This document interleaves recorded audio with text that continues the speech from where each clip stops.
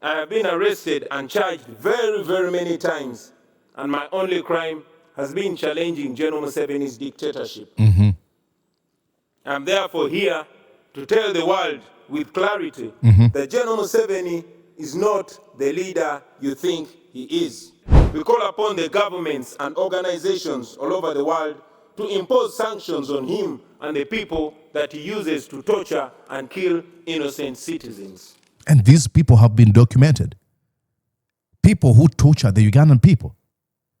The EU Parliament that came out and, was making all this condemnation. Ahead of the elections, Bobi Wine was cheered by tens of thousands of Ugandan voters wherever he appeared in the country.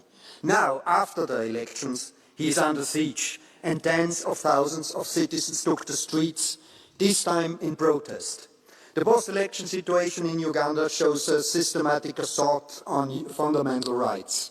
President Museveni's seventh term followed elections that failed to meet democratic standards. Minimum democratic standards. Not just mere democratic standards, but minimum democratic standards. And it's important that these words are followed with firm actions. Exactly. Yep. First, we call upon the world leaders to stop shaking General Museveni's blood-stained hands. They've got to go a step higher. Condemnation is good. Do not stop there.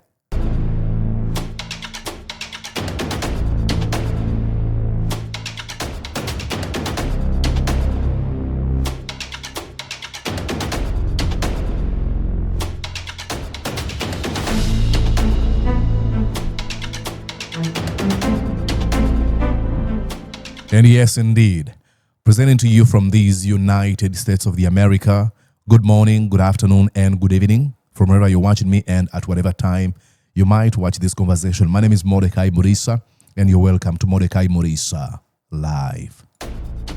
Exactly. Oh, yeah. I want to extend my sincere appreciation to all of you that are watching in, that are tuning in from Uganda all the way to the US,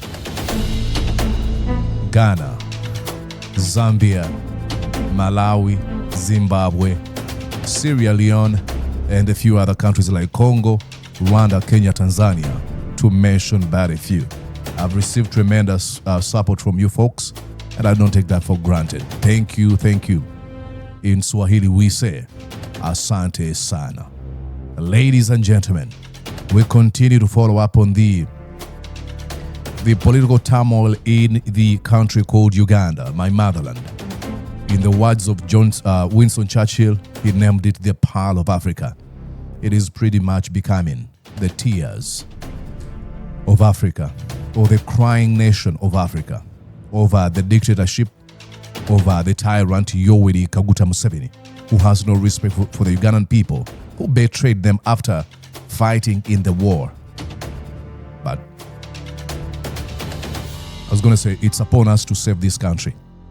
After being betrayed by Museveni, who manipulated the Ugandan people shortly after the 1980 elections, he said, okay, this wasn't a free and fair elections. What I'm going to do is launch a war against the government of Apollo Milton Obote, whom Museveni claimed had rigged the victory of Paul Kawanga Semwogedede. Museveni launched a war that they ended up winning in 1986. And he pretty much betrayed everything he said. He was fighting to restore, like the rule of law, democracy, respect of human rights, to mention but a few. He's become the vice that he was preaching against. He's a true personification of Milton Obote and Idi Amin combined. And I'm not being hyperbole there. But anyways, ladies and gentlemen, Bobi Wine is going to be addressing the Geneva. I think I had here something I'll have to show you here. It's a Geneva Summit on democracy and human rights. I think let me get to his account where he posted this. Actually, no, it wasn't posted there. But you all know Bobi Wine is going to be addressing that summit. He first addressed it. I'll show you here. He first addressed it at Geneva Summit for Human Rights and Democracy. He first addressed it in 2023. And this time around is going to be virtual. Because as you know, shortly after the 2026 elections, Bobi Wine fled his home following threats, following a raid on his home. Since Muhoozi Kainerugaba, the commander of our defense forces and the son to Mr. Museveni, had ordered for him to be arrested. What we expect in this Bobi Wine second address to the summit is not going to be just a mere speech, but a defiant one. Like I said, that's going to be delivered under the shadows of exile, threats, and political turmoil. It is very, very important to understand where we are as a country. You have a presidential candidate who has to either be placed under house arrest or taken to prison or forced to flee his home. And what is his crime? It is challenging Museveni. So as we await to see, and Geneva waits as well, the biggest question now is, what is Bobi Wine going to be saying to the international community? We all understand that the international community has indeed recognized the dictatorship of Yoweri Museveni. Human rights groups over human rights groups, year in and year out, have shown how Uganda takes a center stage in violating human rights with cases of abductions, allegations of torture, and proof of killing people. Myself, I have interviewed people who have been tortured in ways you cannot imagine. It was on this platform where I interviewed one of Bobi Wine supporters, Munyarwanda Bobi, who was sodomized in one of the torture facilities of Museveni. Museveni himself has admitted to human rights abuses. Remember when two Kenyan activists, Bobu Njaji and Nicholas Oyo, were abducted in Uganda? The Uganda police force came out and said, oh, we don't know where they are. The military actually released a statement, a press statement, saying, we've checked all our detention facilities and torture chambers. We don't have him. We don't have the duo. Only for Museveni to come out a few days later and say, hey, we've been keeping them in a fridge. And they held a press conference in Kenya where they told us how they were tortured. So, what does Bobi Wine say to these people who are pretty much the international donors, the international community, who have pretty much recognized the dangers of Museveni's dictatorial regime, but keep on funding him? What do they call him? A benevolent dictator? How sad that we have to. And that's one thing I really hate about the talks of choosing between a better evil. The more you do that, you end up with a greater evil, and that's what we see in Uganda. Anyways, let's listen into what Bobi Wine said in his maiden address.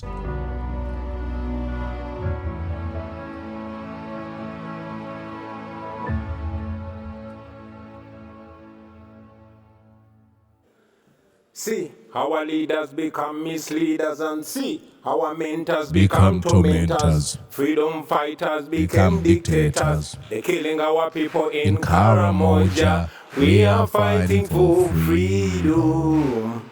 Thank you. Thank you.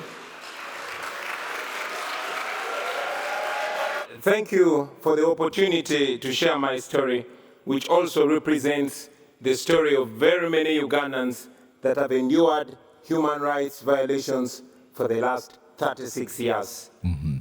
I never intended to get into politics. Now 40 years.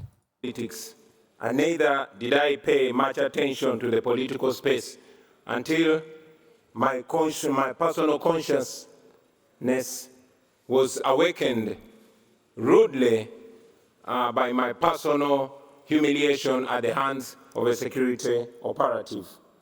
I'm a musician, and in 2005, I was the hottest artist in town, singing about parties and girls and money. And so, like any other 23-year-old who is successful, I went out and bought a big fancy car, a Cadillac Escalade with spinning wheels and a personalized number plate, Ghetto. One day, I was at a nightclub in Kampala when a security operative pulled me out of my brand new car, slapped me in the face, and put a gun on my head. And he asked me, yo, why are you showing off? Don't you know that this country has owners? I drove away humiliated, and this horrible feeling was all over me, a feeling of you deserved it. Because he was right, I thought I was safe as a celebrity, partying with the rich and powerful military generals, whining and dining with them. But I did not know that it didn't change the reality that I was just a boy from the ghetto, and that I would not be free from their oppressive rule until everyone in Uganda was free. I think I need to contextualize this for people who are watching from the outside. There's a group of folks in Uganda who look at themselves as the special ones. And in this tribe, it is tribalism playing out, here. They look at them that you can only belong to them if you are part of the tribe, if you belong to this specific ethnicity, if you speak this specific language. You remember when Bobi Wine's bodyguard, Eddie Mutoe, was abducted. The son of the president who ordered his abduction and torture said he had kept him in the basement teaching him Runyankore. Now, Runyankore is my tribe. It is very sad that he uses that. He looks at that's my language. He looks at that language as a sort of a special language that people should be forced to learn. We know what he really meant was he was torturing him. But he looked at that language as a special one. He belongs to the special tribe. Now, they look at me as an outcast, as a betrayer of the Banyankore people, because I won't be an accomplice in the lawlessness and impunity or to carry water for the criminal regime. They look at me as, you betrayed the tribe. If they caught me, they'll probably make me eat my flesh by cutting me piece by piece. That incident reminded me of the humiliation that many Ugandans faced every day. I couldn't forgive myself for having allowed my temporary and deceptive comfort and elevation from society to blind me from the plight of my fellow disadvantaged people. And I'm sorry for pausing here. Deceptive comfort. That's where so many people live. There's that facade of comfortability. You believe that because you drive this fancy car, you live in a semblance of a good house. It makes you think that you got freedom until you be like, okay, with this sort of influence I have in my comfortability, how about I get myself involved in influencing policies in my country? I'm going to vie for office. That's why they be like, no, it's not what you think. You're not going to be running for this. You'd rather lose your life. You'll be abducted, tortured. Like, I don't know whether you guys saw the story I posted. A gentleman, his son was murdered, shot dead. And what was his crime? Running for a parliamentary position. And I decided on that day that moving forward, I would be a voice of social justice. Amazing. For 36 years, Uganda has been under the rule of General Yoweri Museveni. More than 85% of Ugandans have never seen another president in their lifetime. Not because the law allows it, no, but because he has always changed the constitution with the help of a compromised parliament, and he has always rigged elections with the help of a personalized military. Exactly. But regardless of all this, the Western world continued to tolerate and enable General Museveni because he is considered a useful dictator. Exactly. Good for regional security and national stability, even if he bends a few rules. But that's not true. Yep. General Museveni rules Uganda with an iron hand. He deploys the military against the citizens and students. Those who oppose him are either put in prison, tortured, or killed. His administration ranks one of the most corrupt in the world. His family members and henchmen have plundered our nation at the expense of healthcare, education, and other social services. So, let me give you a story here. I'm sorry for pausing. We have former Minister for Foreign Affairs, Sam Kahamba Kutesa, who became, I think, was he President of the United Nations? Was it? I think he was diagnosed with cancer. What he did, he was flown to Germany, had surgery, and everything was okay. He came back to Uganda. Guess what he did? He built a church. Not a hospital, not invest. He's an extremely rich man. He influences the economy, an entire economy of Uganda. But he doesn't care about the health sector of Uganda as long as he received first A+ treatment when he was sick. Sitting there in my fancy car, beaten and humiliated, I knew I could not stay silent anymore. So for the next 10 years, I dedicated my music to the plight of the common Ugandans and the fight for human rights. In 2016, General Museveni rigged the election and declared himself president again. And that's when I decided that if the parliament could not come to the ghetto would go to the parliament. In 2017, thank you. In 2017, I decided to run for a parliamentary seat. Our constituency campaign turned into a national campaign, and we won the seat with 80%. Then we started the People Power movement to awaken a generation of young Ugandans, talking to them about democracy and explaining to them why they must get involved. This annoyed General Museveni, and from then we were branded as enemies of the state. In 2018, while on a campaign trail in the northern Ugandan district of Arua, General Museveni decided that it was too much for him to take.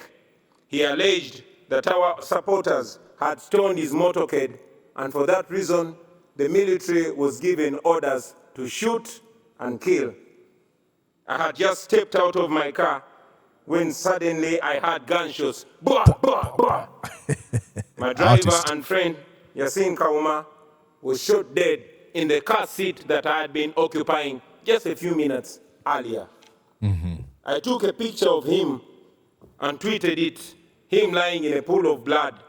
I tweeted it with the caption, "Police has shot my driver dead, thinking they've shot at me." And then the Special Forces Command, a section of the military that is led by General Museveni's son, Muhoozi Kainerugaba, started hunting for me. For the next 8 hours, I hid in a random hotel room as they broke down every single door looking for me. Meanwhile, my tweet went viral, and suddenly the entire world was watching Museveni. So when they finally found me, they did not kill me, but they tortured me to near death. I was detained in a military base for several days. Not even my family knew where I was. I later learned that people protested in very many parts of the world calling for my release. And for this, I am forever grateful, because if it was not for that pressure, I'm sure I would not be alive to talk to you today. In a military court, I was charged with the offense of annoying the president, treason, and illegal possession of firearms. Annoying the president. I don't understand the fragility of the ego of these people annoying the president. He loves referring to himself as a warrior, but he gets pissed off by a random TikToker in Oman who makes fun of him or his wife or his son. They usually order the arrest of and you're like, dude, I thought you're this tough, but how fragile is your ego? They displayed 2 machine guns to prove that. And of course, these were trumped-up charges. Out of shame, the firearms charges were later dropped and the guns disappeared. Isn't it funny? They usually say the Ugandan government has come to a point where they only have 2 charges. If you're arrested for contesting Museveni, they usually arrest you for trickery or planning against your country, rebellion against your country, or possession of firearms. Now they've introduced a new one: abuse of social media and sharing of misleading information. 2.5 years later, that case has not been heard. Yep. So, in 2019, I announced that I was running for president. Now, under General Museveni's Uganda, that means three things. It either means prison, or being forced into exile, or death. But we were ready for all that. And yes, that's exactly what happened.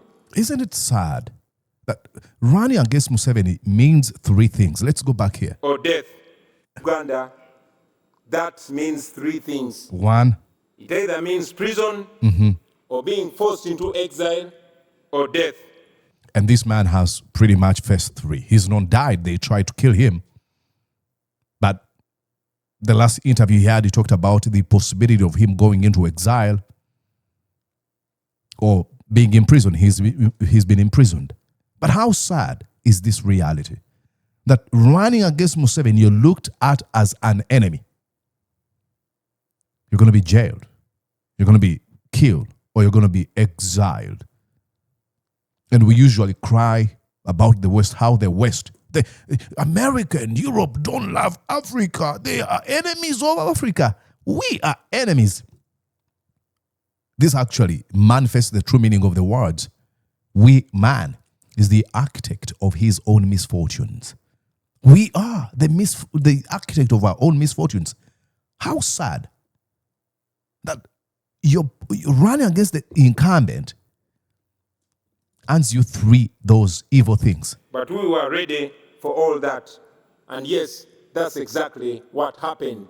We endured the most horrifying campaign, the most violent campaign, the most brutal and murderous campaign you can ever imagine. In November 2020, I was arrested for allegedly violating COVID-19 regulations, a convenient excuse for Museveni to suppress his political opponents. Our supporters protested against my illegal detention, and the military went on rampage. They shot and killed hundreds of people.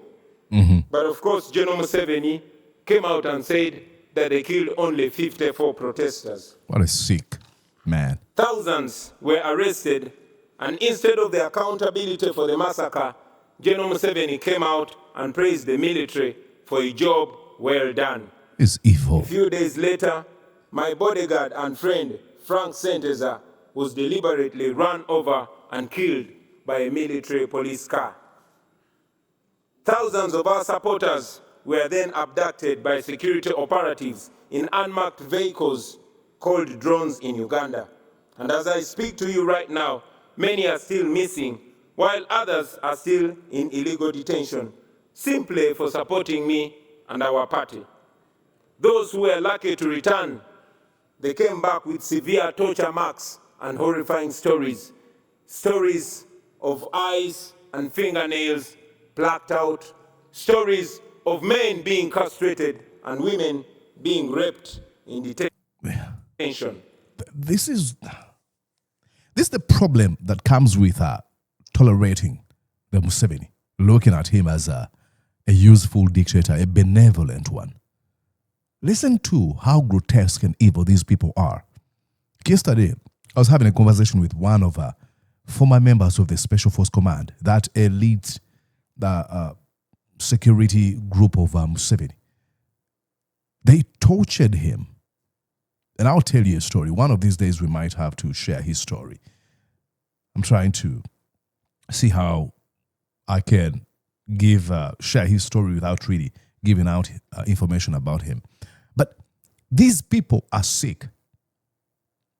Remember the torture of Kakwenza Ruchirabashija? They used pliers to pull off his skin. They do things you cannot imagine. But hey, some of the influencers in the West say, he's a useful dictator, tolerating. This you end up having a dead country. And that's what we see in Uganda. But we never gave up, and we will never give up. It wasn't me challenging General Museveni. No, it was an entire generation. And for the first time, there were no tribal lines, there were no religious lines, there were no class lines. The entire population was speaking with one big voice. All our people were saying, people power is our power. Exactly. It was the biggest public phenomenon that I had ever seen. Now, I had been a celebrity, I had done hit songs, I knew what it meant to be famous and having people chant your name wherever you go. But this was different. On election day, after casting my ballot, I went home only to find my house surrounded with hundreds of soldiers. And later I learned that the same was happening to all our party offices across the country. Ladies and gentlemen, I'm sorry again for pausing here, but Bobi Wine is talking about the 2021 elections. You might think that actually they're using the same template. After 2026 elections, you have this heavy military deployment at Bobi Wine's home. The failed operation to arrest him. Then you have the arrest of his deputy presidents, one for Western Uganda and Northern Uganda, Jolly Jacqueline Tukamushaba and Lina Zedriga Waru, respectively. And then the killing of people at the home of Bobi Wine's deputy president for Uganda, Muhammad Mwanga Chivumbi. The arrest and abduction of Bobi Wine supporters and foot soldiers.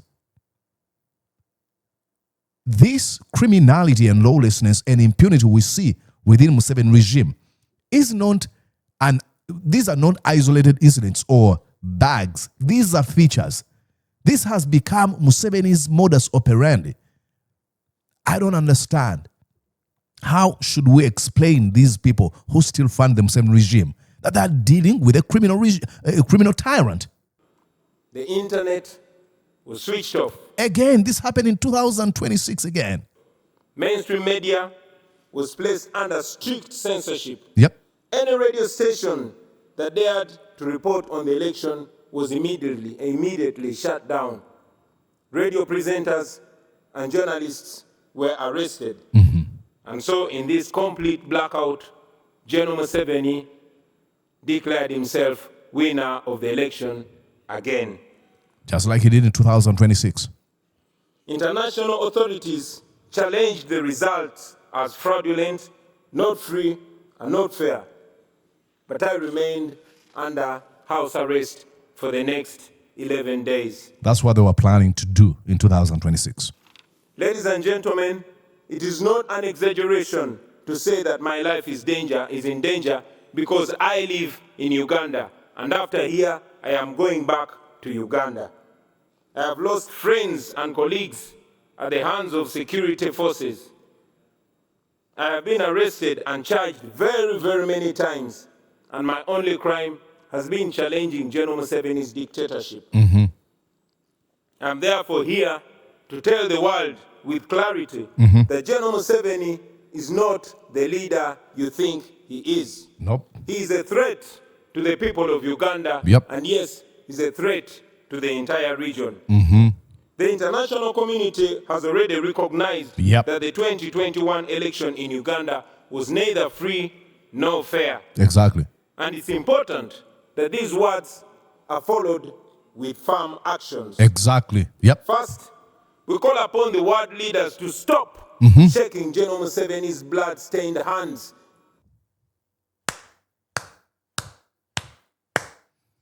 I recently saw the EU Parliament talking about the 2026 elections where they condemned what they saw. I'll show you here. Condemnation is the first step, but there's many other steps you can take. You can't stop at this EU Parliament. Next debate on the agenda is post-election situation in Uganda and threats against opposition leader Bobi Wine. My first speaker is uno de los autores, el señor Muchas gracias, President. Thank you very much, President. In Uganda, the full subversion of democratic standards, abuse, severe restrictions on civic space, widespread intimidation of opposition figures, fraud, violence, and a nationwide internet blackout. How is it possible that the main opposition candidate, Mr. Bobi Wine, could have been sieged by the military in his house and his family and his wife assaulted by government forces? Exactly. This cannot be tolerated in Europe, in Western Europe to be specific, or the USA, where you place your political opponent's wife under house arrest. You launch a military operation to arrest your political opponent who has not committed any crime. The EU can go beyond this. And this has been the condemnation of the EU Parliament. They have all these wonderful condemnation of the Museveni regime, but they end up now, okay, signing with him new deals or agreements on funding his dictatorial regime. They've got to go a step higher. Condemnation is good. Do not stop there. All of this to guarantee a seventh term in office of Yoweri Museveni. I mean, especially, I'm so glad that he reiterates the seventh, put emphasis on the seventh term. Who can do that in Western Europe or founders of Museveni? What country will allow a leader to be elected, not even elected, to be in power for 40 years? No, none of them. This is just unacceptable, and Europe cannot accept this. Yeah, Europe cannot accept this. Should be beyond just mere words. Let's go on and listen to the last 4 minutes of Bobi Wine's speech. Through funding and cooperation. Secondly, we call upon the governments and organizations all over the world to impose sanctions on him and the people that he uses to torture and kill innocent citizens. And these people have been documented. People who torture the Ugandan people. The EU Parliament that came out and, was making all these condemnation. I must thank all the political groups that we have convened and made a consensus about this. This is, of course, not just about Uganda. It's about supporting the hundreds of millions of Africans who seek freedom, who seek the right for their voices to be heard, I think who seek their fight for progress and dignity. Circumstances. There was this gentleman here who spoke. Ahead of the elections, Bobi Wine. Señor López Istúriz, my second speaker is another author, Mr. Hayde. Thank you, Chair. Dear Commissioner, ahead of the elections, Bobi Wine was cheered by tens of thousands of Ugandan voters wherever he appeared in the country. Now, after the elections, he is under siege, and tens of thousands of citizens took the streets, this time in protest. The post-election situation in Uganda shows a systematic assault on fundamental rights. President Museveni's seventh term followed elections that failed to meet democratic standards. Minimum democratic standards. Not just mere democratic standards, but minimum democratic standards. And that's what Bobi Wine is talking about. Stop funding this guy. Thirdly, we call upon all those who value democracy and human rights and the rule of law to isolate General Museveni. Exactly. Because he has distinguished himself as an excellent violator of human rights who has no respect whatsoever for human life and human dignity.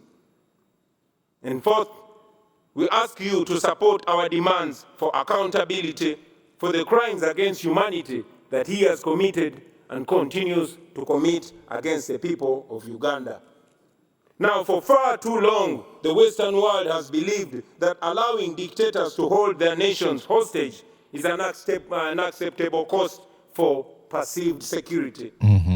Leaders who tolerate dictators and treat them as legitimate partners are complicit in their crimes. Exactly. Please do not be partners in crime. Exactly. Do not sacrifice your moral obligation. Do not sacrifice your moral obligation for short-time convenience. Please stand on the right side of history. I thank you. What an amazing speech. Bobi Wine is asking for only a few things. One, stop funding this dictatorial regime. Museveni's dictatorial regime. 2, isolate him. 3, sanction him. 4, stand with us. That's it. That's it. Is that too much to ask for? The Ugandan people will fight the dictatorship of Museveni. But our fight is being derailed or sabotaged by none other than the founders of the Museveni's criminal regime. This is a time for the West to rise up and speak. Put their money where, how does it go? Put their money where their words are, something like that. Do you know what I mean? I'm forgetting that phrase. Let just go beyond condemnation. Condemnation is good, it's the first step. But go beyond this. Stand with the Ugandan people in action. It's so funny that we are not even actually demanding for these folks to fund us. We're saying, if you stop funding this guy, we can take him on. Take him on, head on. That's what we're saying. Isolate him. Do not fund him, because all the money you give him to, invest in infrastructure or health or education is all channeled to buying tear gas and guns. And Museveni has boasted about how he has this influence over security, how he can kill the Ugandan people. So as Bobi Wine speaks to the Geneva Summit for Human Rights and Democracy on Wednesday, what do you think is going to be talking about? My request and demand would be, Bobi Wine, put more emphasis. Make this a chorus for your song, telling these people to stop funding the Museveni regime. The Ugandan people are willing to rise up non-violently and take on this Museveni's tyrannical regime, but they are being stopped by the West, who are still complicit in our brutality, in our oppression, in our repression. So how I hope he goes on and on and on and on, putting emphasis on one thing: stop funding this criminal regime. That's it. All right. This is it for now. Let me know what you think. My name is Mordecai Morisa. I'll be back here. Stick around. I'll see you later. Bye-bye for now.